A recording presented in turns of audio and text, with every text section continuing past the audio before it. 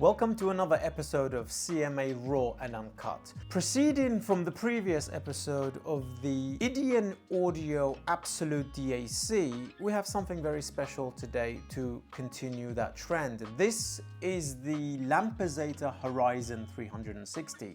I believe the very first unit in the UK, and if I'm not mistaken, the very first unit on YouTube, period. So I do have to extend a massive shout out and thank you to Greg from gpoint, the leading manufacturer in Riviera and Lampizator within the UK and in London. And if you're interested in a product such as this, all of his information will be down below to give him a call for a home demo unit for testing in your main system. Thanks again, mate. It's very, very much appreciated. Just like the Ideon Audio Absolute DAC for the Uncut episode, this is a first impressions of the DAC within the 72-hour period. This unit fortunately has been broken in and the tubes are burnt in two. Here's a full list of the tubes that we are currently using now. That was provided by Greg. It's not the stock tubes. So we did not have to worry too much about the unit actually breaking in. And we are very fortunate right now to have the Poseidon, also the Pacific 2 on the way to do a full shootout during the full review for you guys. But for those of you who are interested in this DAC and have been waiting and anticipating it, we'll be able to cover some of the aspects of this DAC until the full review. The second unit of this DAC will be coming in on Saturday. This one belongs to an individual that obviously I cannot mention for privacy's sake. This is his own private unit, and I do appreciate that we actually nicked this off of him quickly for the quick assessment. So with that, let's talk about the reference system that this has been used on. This unit has been, obviously, like I stated, been set aside at the same time as the Poseidon on the Lavanti Riviera, on the WA33 Elite JPS, and also on all of the other amplifiers that have currently come in for assessment during this time period. The full review will cover a far wider range of equipment. Predominantly, we are currently on the cutting edge of hi-fi. For the two-channel world review of this unit, there will be other reviews, I am sure, in magazines and other YouTube content creators. But for now, predominantly we concentrate in the hi-fi category at this end. So these are the transducers we have used: the Hi-Fi Susvara, the Hi-Fi Susvara Unveiled, the Spirit Torino Valkyria, the DCA Stealth, and whatever else has been lying around here, using some of the most transparent transducers in the world to test this insane DAC. This sits firmly alongside the Ideon EPSILON Ultima 2024, so subscribe and press the notification icon if you don't want to miss that full review. The interconnect for this unit that has been used has been the Stellar Mark IIs at the same price as the DAC, which is, well, it is what it is, right? 50k, that's insane. And there has been no expense spared for the chain for the cutting-edge hi-fi system here. So with that, let's talk about the DAC itself. Lukash states that the hardware design, the tube output, and the display, etc., basically the Horizon H1 has not been changed, due to the fact that they wanted to concentrate on the internals to showcase that if somebody was to ask, what is the difference between these two DACs, Horizon and Horizon360, they would not just say it's different. It will show exponential upgrade from the previous system, and obviously, as you guys know, Lampizator are very well known for upgrading and supporting their DACs for decades. I will not even use the word years, I will say decades. So this is for the next 20 years of architecture and topology and implementation and upgrade, so I am led to believe. There will be an upgrade path through the correct channels for upgrading the current Horizons to the Horizon360, and that unit will be phased out in time, and all the parts will be used for, obviously, longevity of the Horizon owners, which I think is absolutely incredible. I love this sort of design. So for me, Let's talk about this. The panels on the unit, just like the first generation, have been designed in this floating manner, so it feels as though nothing's connected to each other. The top half floats, the circumference bezel floats, the side panels float. This is to not only give you the ability to change the top panel or panels if they get scratched, damaged, etc. without completely having to rework the entire chassis, but also given this sort of floating design. The unit is an absolute monster. Here's full specs running down the screen, but if you're a Horizon owner, you will be very familiar with this. Nothing has really changed apart from the back of the unit and a logo on the front and a few other marks here and there. Should we do a hardware tour? Okay, this is gonna be fun. So I'm gonna have to actually spin this aside like this and talk about the front of the unit like that. We have the power button, input select, and straddling this is the internal pre's volume control with the left and the right, obviously. Some beautiful indicators of the inputs in the Horizon design. This is quite special. Looks very, very premium. Feels like an absolute monster, and I'm terrified of my marble review disc because I think this thing is gonna break. It's on a spinning disc jockey thing and it's quite worrisome. The back of the unit corresponds with the upgrades of the latest engine and internal PCB design, power and regulators, software, etc. So USB has been completely reworked from the ground upwards. Now you have DSD 1024, currently internally it's locked at 512. PCM 1536, this is currently locked at 768 internally, but giving you good access for upsampling. The Tyco Olympus interface has been integrated and inbuilt into the design for that streamer slash insane transport. I'm hoping to get one of those in for assessment during the full 360 review so that we can actually test that part of it, because that's the major aspect of this Horizon 360. Lampizators have taken this opportunity due to the chip shortage of the original Horizon to rework the internal Horizon situation. So this has been in the works for the last 2 years and there has been no change since the Horizon H1 3 years ago. The USB is excellent. I've been using the Ideon Stream as my server personally and the Rockner Net. The Tyco Olympus interface, DXD, is quite prohibitive, not only in its price category, but this is the very first DAC on the planet, I believe, that works with it. So it'll be very interesting to actually test this unit with that when we do the full in-depth review. Let's spin this here because I'm really worried it's gonna annihilate my desk. Covering the USB. Then we have pre-out, line out, and 3 sets of I2S, I2S connections, one of them via HDMI, and there's room for 3, I believe, on this unit. I can't quite recall if this is going to be implemented during the upgrade path if you're buying this, or they're going to bind a different connector type like the BNC with the HDMI previous generation sort of connection type. This will all be covered in the main review. We obviously have the Tyco Olympus interface port here as well, and a slew of other connections. Full list going down the screen now. Basically, you are covered for this unit. The unit, just like the original Horizon, comes with a very nice tiny little remote, but be careful, that remote controls Poseidon. So if you have both of them in your systems, then both of them will be switched off and switched on simultaneously, as I've been having this problem at the desk. On the top of the unit, we have the humongous rectifier, power tubes in quad. This is a balanced unit, obviously, and 2 input tubes as well, and this is a tube roller's paradise, as you can imagine.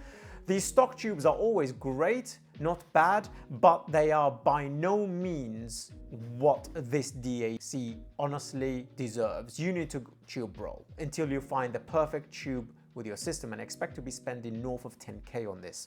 I mean, if you're spending 55, I am pretty sure you're not going to be too worried about the tube rolling. The build quality of this unit is absolutely immaculate. Solid as a rock and right alongside Ideon audio design. The internals of this unit, I wish I could open it up and show you. And also we have a I2S in HDMI form here as well, which I forgot to mention. There is quite a lot of connections on this unit, and I've not had time to test anything but the USB for now during this quick process, because I wanted to get you guys the most important thing, why you guys are here. And there will be a comparison versus Horizon OG in regards to sound quality. So with that, let's jump onto the sound section. Using the most resolving transducers we have here, the Susvara Unveiled and the Levante, using the speaker tap outs of that unit, how has the Horizon 360 performed, and most importantly, how has it been against the Poseidon? If you are residing in the Poseidon category and wanting to actually upgrade to this monstrous beast here. Without a doubt, from the Poseidon, even with upgraded tubes on that unit over there, when the unit was ice cold, it had only just been switched on within the first minute. This was an immediate upgrade. The things that stood out to me was the authority of the low end. Listening to piano, especially the first and second octave on a grand piano, the resonances and residing notes and the trailing end of the note was so vivid that I thought, okay, you have my attention now, Lampizator, because you are technically in a different kind of way where I want the Lampizators for my own use case to be, alongside Ideon Audio EPSILON Ultima 2024. And I can't give any higher praise than that. If you're familiar with that suite, if you've managed to hear it at a show, you know what that lunatic DAC is capable of. This DAC predominantly is the Lampizator house sound. And by that, I mean it's vinyl in digital form. It's analog through and through sound quality wise. You are immersed in a 360-degree field of the soundscape. Diving through Hans Zimmer's collection discography, starting with the Dune and then the Dune 2 soundtrack, and then following to one of my favorites, obviously that's Howard Shore's Lord of the Rings trilogy, you are immersed in an organic, realistic performance. This does not enhance or over-exaggerate detail, impact, or overly excite what is not already there in the track itself. The upgrade from Poseidon, tremendous black background, far tighter control. I find Poseidon a little slow, especially if you're leaning in towards electronic music or music that actually encompasses electronic instruments. No, this is predominantly a pure analog listening experience for real instruments. Cellos, violins, drums, double bass, etc. Those are some of the notable mentions, but predominantly the highlights for me for this DAC is what's happening around the music, not the music itself. Poseidon is exceptional at that.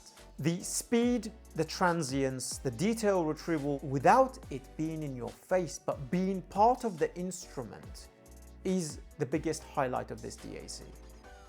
The ambience of where the tracks were recorded, especially if you're listening to live music. The live performance of Hans Zimmer in Prague 2019 was a highlight on this DAC. You felt as though you are either in the arena within the crowd, and you know how applause and the energy of the crowd can come across quite artificial and digital sounding on certain Delta Sigma DACs. Here, the textural information, tactility, and the resonances of the ambience is very, very realistic.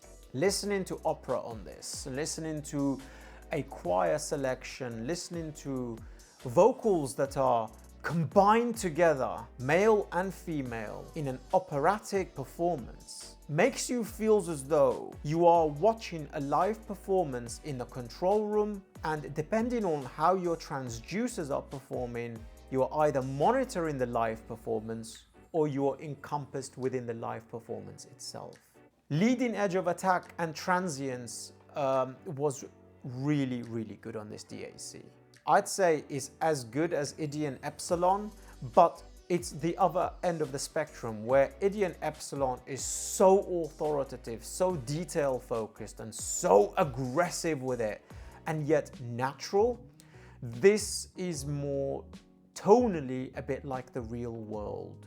You are actually listening to a performance in either an intimate setting or an arena. I would say the stage on the Horizon, which could be down to the tube, so please bear that in mind, is definitely smaller than Poseidon, but it's far more focused, far more accurate, and far more placement correct. The speed and tactility and resolvability and resolution of this DAC was what actually made me sit up and pay attention. Here at CMA, we review some of the best equipment in the industry, and it's very, very difficult to impress, especially over the last year or so for me. You will find different components. You will find components that fit a certain synergy for a certain system. You will find it difficult to find outstanding products that are an outlier.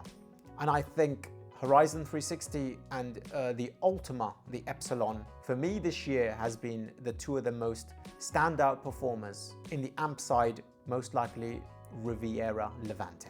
Shall we break this performance down with a track so you get to know what I'm talking about? I will link quite a few tracks down below for you to listen to. And if you fancy my review process and the way I discuss it to the private Telegram chat, that's in the Patreon link down below, where you can ask me any question about this DAC while it's going to be here for the full review process.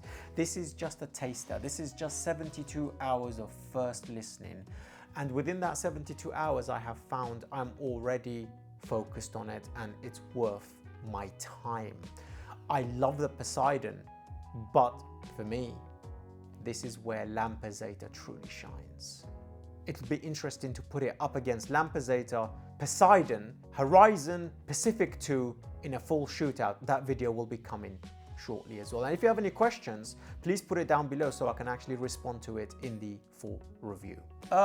Before I jump onto a track or to break down the sound characteristics for you guys, a couple of interesting notable mentions is that the DAC mutes and drops the volume to 0. Obviously, sometimes some people use this as a pre-only, and using it with power amps, etc. in your reference systems is a very good idea. So every channel will get muted if you are resetting this unit, and it will also remember the volumes as well, so bear that in mind too.